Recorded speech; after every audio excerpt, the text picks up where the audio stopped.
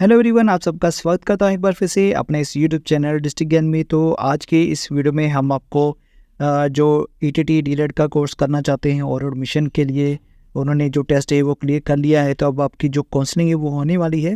तो काउंसलिंग में आपको जो डाइट्स हैं वहाँ पर कितनी सीटें देखने को मिलेगी, कैटेगरी वाइज जो सीटें हैं वो कितनी कितनी होती हैं, उसके बारे में आज की इस वीडियो में हम आपको बताने वाले हैं। पूरा मैं आपको टेबल चार्ट बताऊंगा कि जिसमें आपको पता चलेगा कि कैटेगरी वाइज जो सीटें हैं वो किस तरह डिस्ट्रीब्यूट होती हैं और आपको किस तरह से जो एक डाइट है वहाँ पर सीट मिलेगी या अवेलेबल होगी। तो चलिए वीडियो को शुरू करते हैं। तो यहाँ पर आप देख सकते हैं डाइट डीएलएड सीट मैट्रिक्स। तो पहले जो भी एडमिशन्स होती थी तो उसके लिए ये जो डाइट डीएलएड सीट मैट्रिक्स है ये चलता है। तो यहाँ पर जो पहले एडमिशन होती थी वो 12th लेवल पर होती थी, तो वहाँ पर आर्ट्स, कॉमर्स, साइंस और वोकेशनल स्ट्रीम्स होती थी, तो उसके अकॉर्डिंग जो सीटें थी वो प्रोवाइड की जाती थी।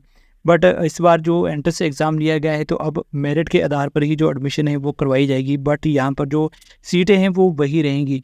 तो अब यहाँ पर आप देख सकते हैं इस टेबल में जो जनरल कैटेगरी की सीटें हैं वो टोटल 50 सीटें हैं।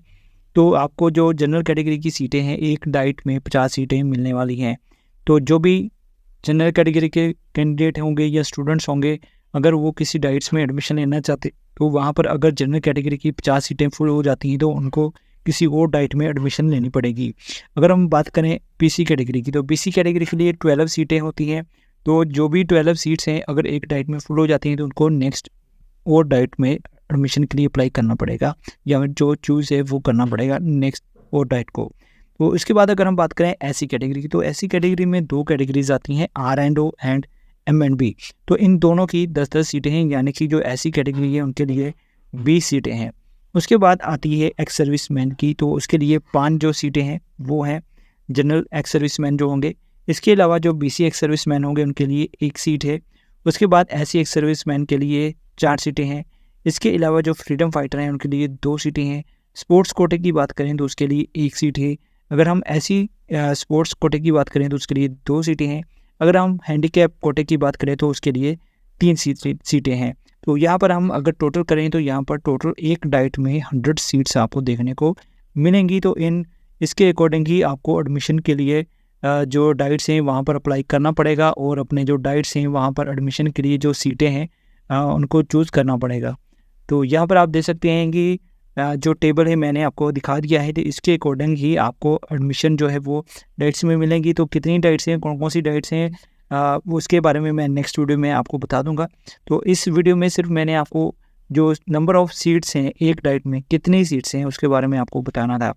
अगर आपको किसी डाइट में एडमिशन नहीं मिलती है या फिर काउंसलिंग में आपका रैंक काफ़ी दूर है और आपको जो जहाँ पर आप रहते हैं उस डिस्ट्रिक्ट में आपको उस डाइट में एडमिशन नहीं मिलती है, तो कुछ स्टूडेंट जो होते हैं वो प्राइवेट कॉलेज में एडमिशन ले लेते हैं। तो मेरी तरफ से आपको सजेशन है कि आप पहले से ही, वैसे तो जो जिनका मेरिट में पहले नंबर आते हैं उनको तो आराम से जो अपने स्टेशन है या आराम से अपने चॉइस की जो डाइट्स हैं वो मिल जाएंगी। अगर आपका रैंक दूर है तो जो प्राइवेट कॉलेज हैं उनमें पहले से ही पता कर लीजिएगा कि कौन कौन से कॉलेज हैं और उनमें कितनी एडमिशन आपको देनी पड़ेगी। जैसे कि काउंसलिंग के टाइम पर आपको जो अपना जो एडमिशन के लिए स्टेशन चूज़ करना है या कॉलेज चूज़ करना है उसमें आसानी हो जाएगी। तो इस बात का आपने बिल्कुल ध्यान रखना है और अच्छे से कंफर्म कर लेना है उसके बाद ही, क्योंकि जब काउंसलिंग होगी तो वहाँ पर आपको ज़्यादा समय नहीं मिलेगा। तो आपने जस्ट वहाँ पे प्रोजेक्टर लगा होगा, वहाँ पर आपको स्कूल कॉलेज जो है उनकी जो डाइट है डाइट्स हैं या कॉलेज हैं उनकी जो लिस्ट है वो दिखाई देगी। तो आपने वहीं पर सेलेक्ट करना पड़ेगा आपको कि आपने किस कॉलेज डाइट्स या जहाँ भी जाना चाहते हैं वो आपको सेलेक्ट करना पड़ेगा। तो अगर आप चॉइस नहीं देते हैं तो आपको मिस कर दिया जाएगा और नेक्स्ट जो कैंडिडेट होंगे उनको चॉइस जो है वो देनी पड़ेगी। तो आपको जो वहाँ पे एब्सेंट जो मार्क है वो शो हो जाएगी। इसलिए आप पहले से ही डिसाइड करके रखिएगा कि आपने कौन सी जो डाइट्स है या जो कॉलेज हैं वहाँ पर जाना है। बाकी जब काउंसलिंग का शेड्यूल आएगा उसके बारे में मैं आपको वीडियो बना के दिखा दूँगा एक बार फिर से काउंसलिंग कैसे होती है। तो मैंने काफ़ी सारी जो पिछली वीडियोज़ हैं, लास्ट ईयर काफ़ी पिछली वीडियोज़ बनाई थी, तो आप उनमें भी चेक कर सकते हैं कि किस तरह से काउंसलिंग होती है, कितनी सीटें होती हैं या कैसे सीटें बचती हैं। तो वो अलग से अगर आप कमेंट करेंगे तो मैं एक बार फिर से अलग से वीडियो बना के दिखा दूंगा कि काउंसलिंग कैसे होगी, कितनी सीटें हैं, कैसे शो होती हैं, वो भी सारा प्रोसेस मैं आपको बता दूंगा। तो फिलहाल आपको अब क्लियर हो गया होगा कि जो कैटेगरी वाइज हैं वो कितनी सीटें होती हैं। बाकी इसमें अगर कोई चेंजेस होती हैं तो वो भी मैं आपको ज़रूर अपडेट करवा दूँगा। तो चलिए आज की इस वीडियो को यहीं ख़त्म करूँगा। तो चैनल के साथ ज़रूर बने रहेगा, क्योंकि मैं एडमिशन तक आपका पूरा जो साथ है वो देने वाला हूँ। आपको हर चीज़ की गाइडेंस मैं आपको दूंगा। काउंसलिंग में भी कई बार जो इन्फॉर्मेशन होती है वो भी आपको साथ ही साथ मैं प्रोवाइड करता रहूँगा। तो चलिए वीडियो को यहीं ख़त्म करूँगा, जल्दी मिलूँगा नेक्स्ट वीडियो में। तब तक के लिए गुड बाय, जय हिंद।